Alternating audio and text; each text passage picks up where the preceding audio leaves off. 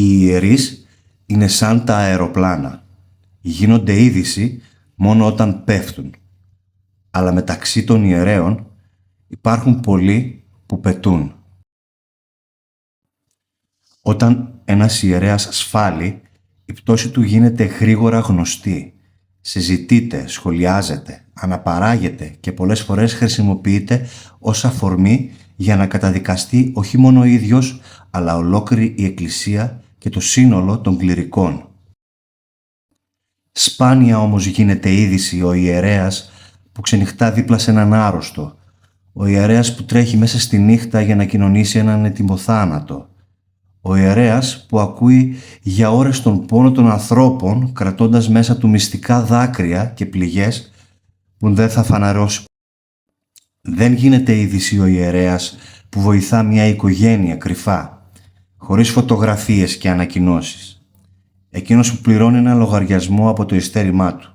Εκείνος που στηρίζει ένα παιδί, παρηγορεί έναν πενθούντα, συμφιλιώνει ανθρώπους, επισκέπτεται νοσοκομεία, γυροκομεία, φυλακές και σπίτια μοναχικών ανθρώπων. Υπάρχουν ιερείς που πετούν αθόρυβα. Πετούν με τα φτερά της προσευχής, με την ταπείνωση της διακονίας, με την υπομονή απέναντι στην αδικία, με την αγάπη προς τους ανθρώπους που πολλές φορές τους πληγώνουν, τους παρεξηγούν ή απαιτούν από αυτούς να είναι πάντοτε δυνατοί, αλάνθαστοι και διαθέσιμοι. Ο ιερέας όμως δεν είναι άγγελος, είναι άνθρωπος. Έχει αδυναμίες, φόβους, οικογενειακές δυσκολίες, απογοητεύσεις και στιγμές Φέρει όμως επάνω του μια μεγάλη ευθύνη, να διακονεί τα μυστήρια του Θεού και να στέκεται δίπλα στον άνθρωπο στις πιο ιερές και δύσκολες στιγμές της ζωής του.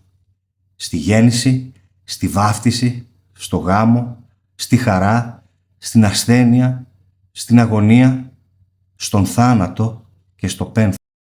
Ο κόσμος συχνά βλέπει το ράσο, αλλά ξεχνά τον άνθρωπο που βρίσκεται μέσα σε αυτό. Απαιτεί από τον ιερέα να μην λυγίζει, να μην στεναχωριέται, να μην θυμώνει, να μην κουράζεται. Κι όμως, πίσω από κάθε πετραχύλι υπάρχει μια καρδιά που πονά.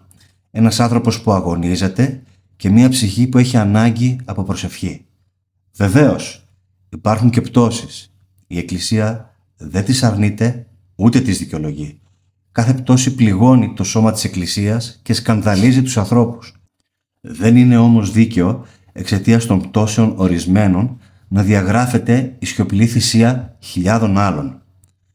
Ένα αεροπλάνο που πέφτει γίνεται είδηση. Τα χιλιάδες όμως που φτάνουν καθημερινά με ασφάλεια στον προορισμό τους δεν απασχολούν ποτέ κανέναν.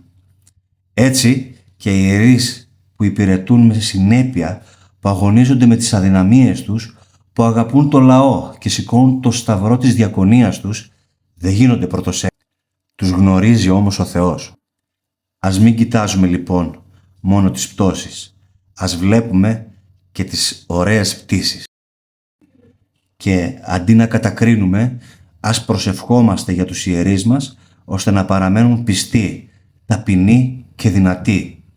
Και όταν σφάλουν, ας μη χαιρόμαστε για την πτώση τους, αλλά ας πονάμε και ας ευχόμαστε τη μετάνοια και την αποκατάστασή τους.